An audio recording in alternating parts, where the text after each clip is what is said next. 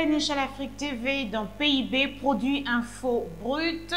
Nous parlons du risque pays, de la dégradation de la confiance des acteurs pays en cette période où le monde entier, l'Afrique en particulier, est frappé par une crise sanitaire.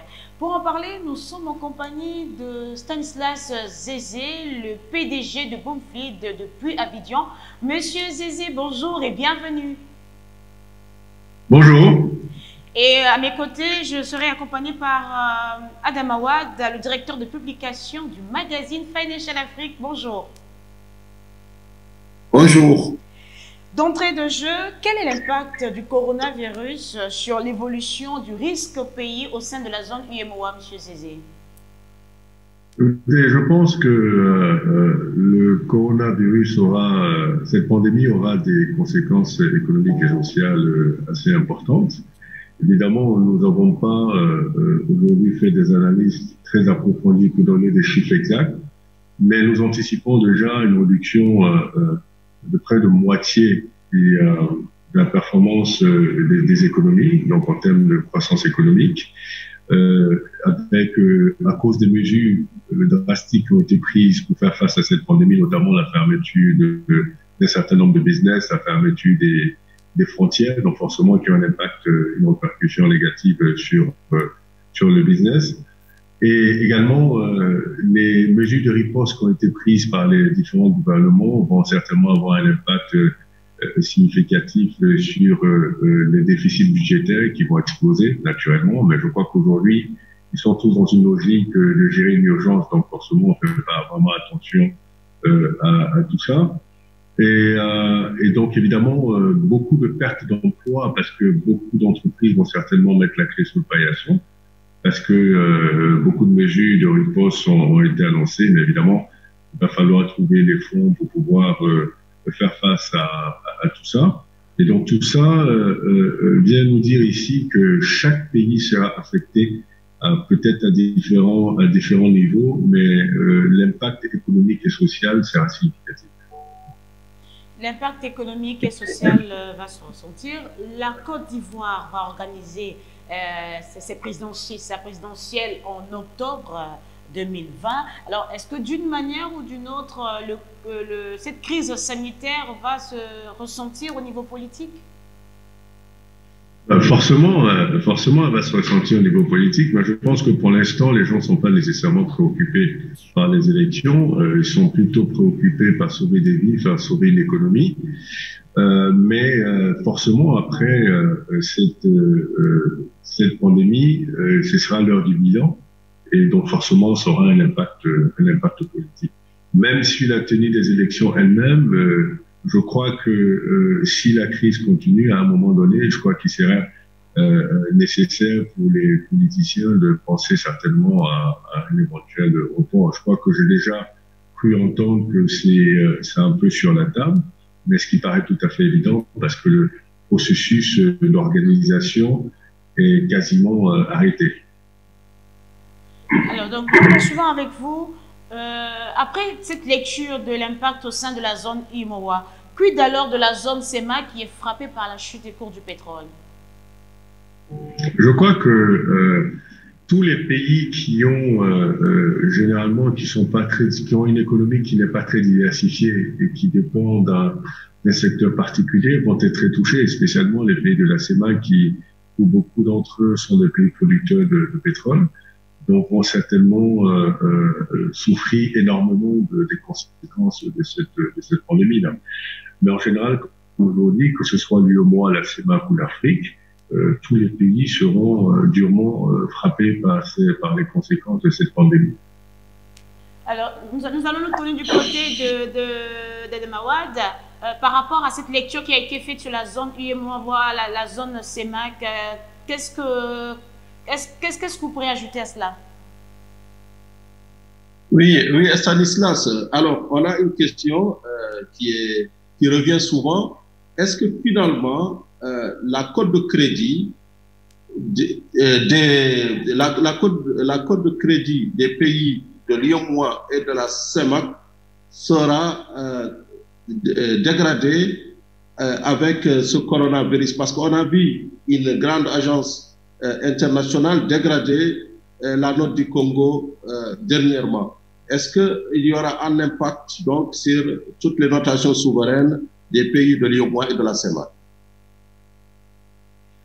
Bien sûr qu'il y aura des impacts, mais la hauteur des impacts va être fonction de l'évaluation que nous allons faire de chacun des pays que nous notons et chacune des entreprises que nous notons dans ces zones-là. Je crois qu'aujourd'hui, c'est un peu trop tôt pour anticiper une dégradation de ces notes, parce que la capacité de riposte des pays aujourd'hui serait difficile à évaluer systématiquement, puisque tous les pays ont pris des décisions de riposte.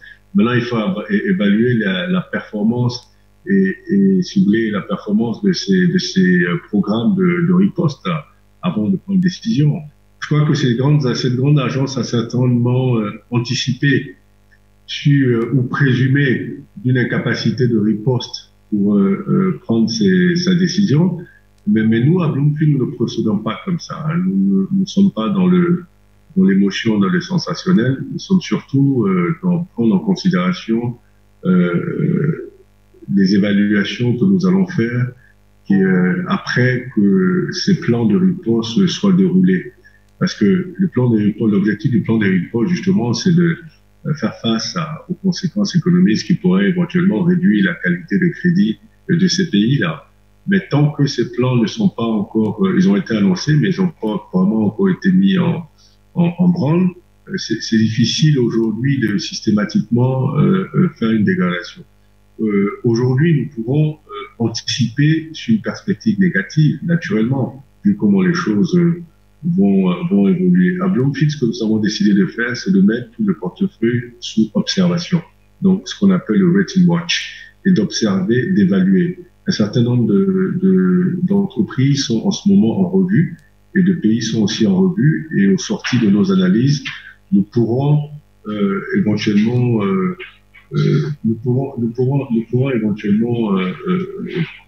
sortir une analyse et donner notre opinion. Alors, Zézé, le FMI dit que pour 2020, c'est-à-dire au 14 avril, il n'y aurait que 4 pays qui vont être sur une croissance positive. Donc, tous les autres pays du continent africain ne vont pas réaliser de croissance. C'est quand même une prévision très sévère. Est-ce que vous, en tant qu'agence de notation, vous ressentez cette forte contraction du PIB? Bien sûr, je ne pense pas que ce soit exagéré. Je crois que l'analyse du FMI est correcte. Je crois même qu'ils ont été un peu larges en disant qu'il y aura 4 pays qui auront une croissance positive. Je crois que, pour l'instant, ce serait difficile même de dire qu'il y aura une croissance positive. Tous les pays vont certainement avoir des croissances négatives de par la conséquence de cette pandémie. Donc, à mon avis, on ne pourra pas anticiper de croissance positive avant 2021 et en se fondant sur la capacité même des différents pays à réagir et à gérer cette pandémie-là. Mais pour 2020, il faut savoir que c'est une année sacrifiée, ça c'est clair. Voilà. Alors, il y a cette dualité entre agence africaine et agence internationale, je pense, qui est accentuée par le risque de change. Est-ce qu'aujourd'hui, on ne peut pas dire qu'il y a quand même un risque sur les devises, les monnaies africaines pour la plupart? Bien sûr, peut-être le CFA étant une monnaie à part, toutes les autres monnaies risquent une dévaluation puisqu'il y a la répartition des devises sur le marché. Oui, forcément, il y aura une pression sur les réserves de devises dans les pays africains, puisqu'il n'y a pas d'exportation en ce moment, puisque les importations sont ralenties. Mais je crois qu'il est un peu trop tôt pour penser à l'impact, à la hauteur de l'impact négatif sur les réserves de devises. Et je crois que la différence entre les agences de notation financière internationale et les agences de notation financière régionale, même si nous notons en monnaie locale et qui notent en devises étrangères, Je crois qu'à la fin de la journée, nous évaluons tous la capacité à faire face aux obligations financières. Que ce soit en devise ou en monnaie locale, avec cette pandémie, l'impact négatif se fera ressentir de part et d'autre de toute façon. Donc je crois que, mais il est quand même tôt pour parler de l'ampleur de la pression sur les réserves de devises. Parce qu'en réalité, il y a moins d'exportations, mais il y a certainement moins de dépenses en devises pour l'instant, de toute façon. Alors, exactement. Moins de dépenses. Mais quelque part, on a vu les deux grandes économies africaines, le Nigeria et l'Afrique du Sud. Toutes deux ont été pratiquement dégradées en l'espace de quelques jours. Est-ce que ça veut dire que, d'une manière générale, le continent africain dans son ensemble va évoluer encore dans des rangées spéculatives? Alors, moi, je pense que ces dégradations sont trop anticipées et je me demande à quoi elles répondent exactement. Hein. L'Italie n'a pas été dégradée, pourtant sont en train de faire face à des conséquences financières extraordinaires, mais ne sont pas dégradées. L'approche des agences internationales, des fois, je la comprends pas, mais bon, c'est leur approche, mais je trouve que c'est un peu trop tôt et peut-être trop anticipé de commencer à dégrader les notes des pays. Mais ce n'est pas la première fois, ça a déjà été le cas plusieurs fois pour l'Afrique du Sud, de face des dégradations sur de base de crises ponctuelles. Donc, pour moi, je crois qu'aujourd'hui, il est important il y ait une analyse beaucoup plus approfondie, beaucoup plus claire sur l'évolution et la capacité des pays africains à être résilients, à faire face à ce genre de crise, que ce soit cette pandémie ou n'importe quelle autre crise. Mais prendre des décisions sur des présomptions, ça pose un peu problème quand même. Justement, Stanislas. Alors, Stanislas, il y a encore une autre question. Est-ce que finalement, les agences de notation, comme lors de la crise de 2008, où on leur avait accusé de ne pas avoir vu la vague venir, est-ce que cette année, avec cette crise du coronavirus, on peut dire que les agences de notation ne peuvent pas prédire ce qui va arriver à la fin de 2020? Quels sont vos pronostics pour l'Afrique et pour le monde? Non, je pense que il ne s'agit pas de se précipiter pour prendre des décisions de dégradation parce qu'on ne veut pas être accusé d'avoir pas pu anticiper, mais personne ne pouvait anticiper cette pandémie, cette crise sanitaire. Bon, je dis aujourd'hui, il s'agit de savoir d'évaluer la conséquence de cette crise. Elle est différente de la crise financière. Cette crise sanitaire a surpris tout le monde. Et aujourd'hui, on évalue les conséquences que ça pourrait avoir. Mais je crois pas que parce qu'on ne veut pas être accusé de n'avoir pas su anticiper, on prendra des décisions hâtives et qui ne correspondent peut-être pas à la réalité. Donc, je veux dire, c'est quand même ces décisions sont très importantes parce qu'elles jouent sur la crédibilité de ces pays-là. Donc c'est quelque chose à ne pas prendre à la légère et il faut être rassuré des éléments que nous avons avant de prendre des décisions de rehausser ou de dégrader un pays ou une entreprise. Alors, donc, nous allons aborder le dernier virage de cette antenne. D'une manière générale, comment évoluera le risque pays en Afrique durant cette année 2020, que vous qualifiez d'une année déjà ratée? Je pense que ça va être très difficile pour les pays africains d'être très attractifs sur les 12 prochains mois à cause de justement ce problème de pandémie qui va créer certainement une psychose dans le monde, hein, même en termes de tourisme et les gens resteront un peu chez eux.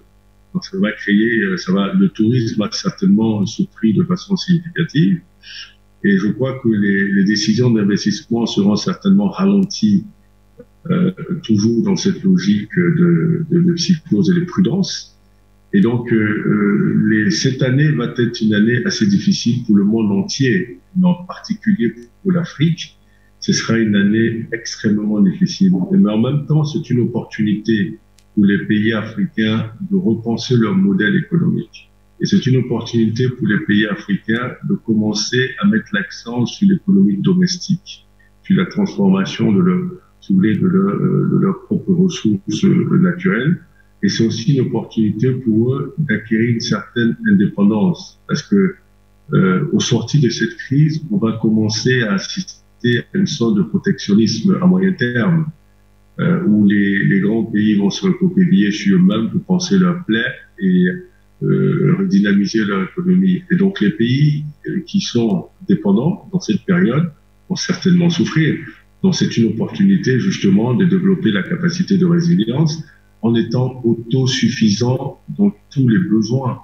Et pour moi, c'est une grosse opportunité pour le leadership politique et économique africain de rentrer dans une nouvelle phase de l'Afrique. Je crois que ce choc, cette pandémie représente un choc qui devrait justement permettre aux pays africains d'amorcer un nouveau départ. Ce sera l'occasion des pays africains d'amorcer un nouveau départ. Adama Wade, quelque chose à dire pour boucler la boucle? Oui, tout à fait. Alors, nous sommes des pays à 80% informels. Quand vous parlez de nouveau départ, Stanislas Zézé, est-ce qu'on peut changer de modèle? Est-ce qu'on peut passer à une forme d'inclusion fiscale, économique de tous les agents économiques africains?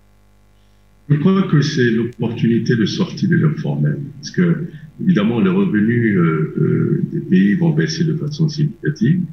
Je crois que c'est une opportunité de commencer à formaliser les économies, parce que 80% dans la majorité des pays, 70 à 80% de l'économie est informelle. Donc il va falloir commencer à sortir cette économie de l'informel pour élargir la base de revenus de l'État à la base fiscale de l'État. Et permettre de certainement mieux structurer les économies en ayant des business qui peuvent être identifiés. Et c'est l'opportunité aujourd'hui de penser finalement à faire si vous voulez, cet adressage, qui d'ailleurs, je me demande pourquoi c'est pas encore fait. Cette problématique de l'adressage va certainement aider à sortir les pays des économies de l'informel. Et donc, ce sera plus possible pour les pays africains de continuer à fonctionner comme ils fonctionnent. Donc, je crois que cette crise est ce qu'on appelle en anglais un wake-up call, où ça demande aux Africains de se réveiller et de regarder qu'il est aujourd'hui nécessaire de repenser leurs économies, de les restructurer, de sorte à être de moins en moins dépendants de l'extérieur financièrement, et de se rendre compte que finalement leurs économies peuvent être des économies très solides, parce que le potentiel IA, le potentiel humain, population très jeune, novatrice, le potentiel matériel en termes de ressources, parce qu'évidemment l'Afrique est la source, les sources comment dirais-je ça?